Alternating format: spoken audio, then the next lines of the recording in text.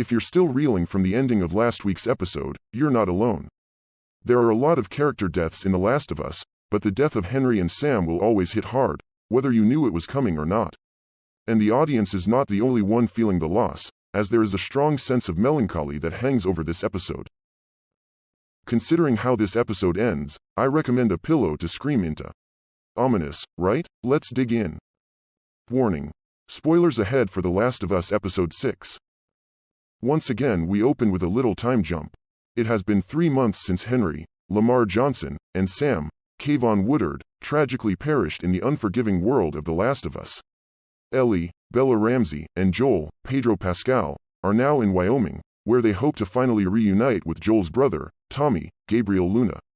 The duo, however, are not exactly sure where they are, so they stop in at a random couple's home to get some directions. The couple, who went into hiding in a remote area long before the outbreak, are amused by Joel and Ellie's efforts to threaten them into revealing the location. After Episode 5's extremely dark ending, this is the kind of levity we needed. It not only allows Ellie to be a bratty teen, but it also shows that some people remain immune to the horrors of the current world, whether they are immune to the fungus or not. Eventually, the couple tell Joel and Ellie where they are in Wyoming and give them a warning to not go past the river, as only death waits beyond there. Joel, a little rattled by this information, decides to press on regardless. But this is when we also get our first inkling that all might not be well with Joel's health. His ears start to ring, his hearing is muffled, and he clutches his heart. It looks a lot like a panic attack, but worse. Once he catches his breath, he waves off Ellie's concerns, but she remains skeptical of what's going on with Joel. As they approach the foreboding river, Joel suggests they wait until morning to cross and set up camp for the night in a cave along the river. It's here where finally we get to see a moment that was only shown in early concept art for the video game.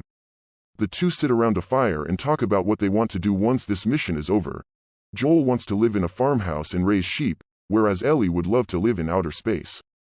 Joel's farmhouse comment is a nod to the second video game. For more about that, check out our Easter egg story. After expressing her deep love for space and Sally Ride, Ellie asks Joel if he really thinks the vaccine will work, before telling him how she tried to save Sam with her blood. Joel tells her it probably is more complicated than just her blood, duh, but reassures Ellie that if Marlene, Merle Dandridge, says it can be done, then it can be done. It's in these quieter moments that Pascal and Ramsey's performances really shine. They are doing a masterful job of building up the Joel and Ellie bond. In the morning, the two set off to cross the River of Death, and find it surprisingly not full of death. However, when they come across a hydroelectric dam, they start to wonder if that is the real River of Death. As the two make their way past the dam, they become surrounded by several people on horseback. What follows is a very tense encounter. Luckily, Ellie ends up befriending the group's dog, while Joel successfully convinces them that he and Ellie are not a threat. They then meet Maria, played by Rutina Wesley, the true blood in The Last of Us crossover I absolutely needed. Once she realizes who Joel is, she brings him and Ellie swiftly back to Jackson. Seeing Tommy's town of Jackson this early on in the story is quite a treat for players of the 2013 game. We never got to see Jackson until the sequel. As Joel and Ellie ride through the town, Joel quickly spots his brother Tommy and the two have quite the emotional reunion. Figuring they must be starving, Tommy and Maria bring Joel and Ellie to the cafeteria to get some food. This is where one of the biggest moments of the show takes place. Ellie is being her normal foul-mouthed self, as she is ravenously eating. All of a sudden, she looks up and yells, "What?" at a girl staring at her. The girl, startled, quickly leaves. It is not a long moment, but it's a significant one. There is no confirmation, as of this story's publishing, yet, but fans of the games will recognize her immediately. This brief cameo is of the beloved Dina. TikToks with love songs will be made, schools will call for a half day, and parades will be thrown in their honor. Okay, maybe not all of that, but it is big, because this is the first ever interaction between Ellie and Dina. Without spoiling the video games, I can't say more about who Dina is. But just know this is significant and probably the most on-brand first interaction between the two. Hopefully Season 2 comes sooner and later so we can see them again.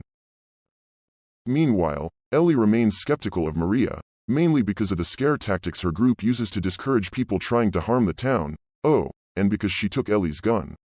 Tommy desperately tries to defuse the situation, while Joel asks Maria to leave so he can have some family time with his brother. But Tommy informs Joel that Maria is family, they are married. Ramsey's delivery of, "Oh, shit, congrats," followed by Joel, "Say congrats," is a high point of the episode. After some food and a tour of the town, Joel and Ellie go off in separate directions.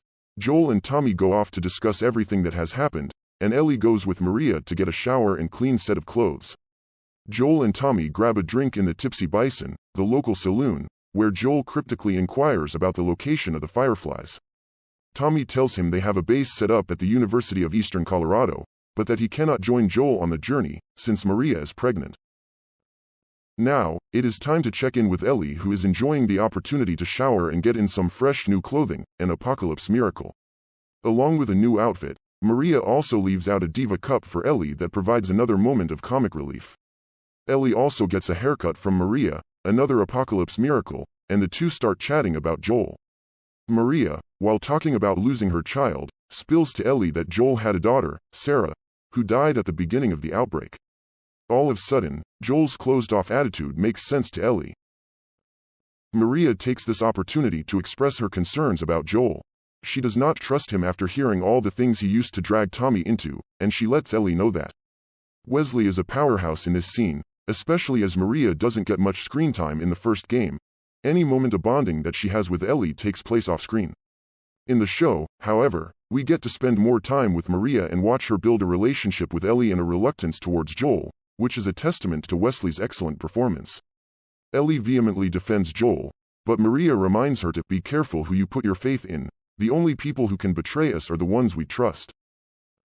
After their conversation, Maria and Ellie head off to the movies, but the ever-curious Ellie sneaks out and stumbles upon Joel and Tommy talking about her.